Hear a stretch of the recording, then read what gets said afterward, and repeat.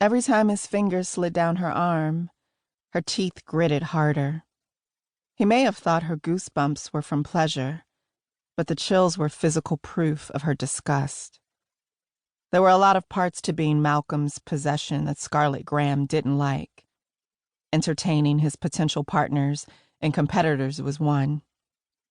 Still, Scarlett would gladly choose to work for Malcolm and be his sex slave if it meant she never had to go back to her ex-husband. It was that thought, and that thought alone, that had Scarlett closing her eyes and forcing a smile. He moaned behind her, stepping close enough for her to feel his bulge against her. "You smell so good." Breath heavy, Brick whispered into her ear. "I'm so glad Malcolm decided to share you tonight." Casually, Scarlett turned in his direction. Taking a step back, she swayed softly from the impact of her calf muscles hitting the bed. She was unsure if following him upstairs to his suite after dinner was a good idea, but Malcolm had given her clear instructions. Do not come back home without Brick's agreement to their deal. "It was my pleasure," she lied, smiling softly. "Thank you for getting me out of the house for the evening." Scarlett paused, inhaling a sharp breath as he closed the space between them. "Was I able to say anything to convince you to partner with us?"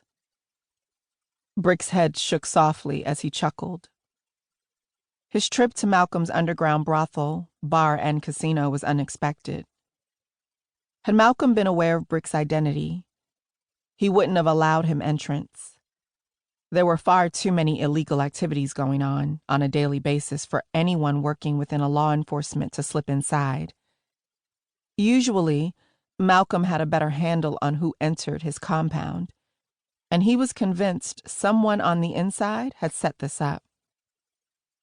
Whether that was the case or not, Malcolm knew bringing Brick into the fold would be his best option.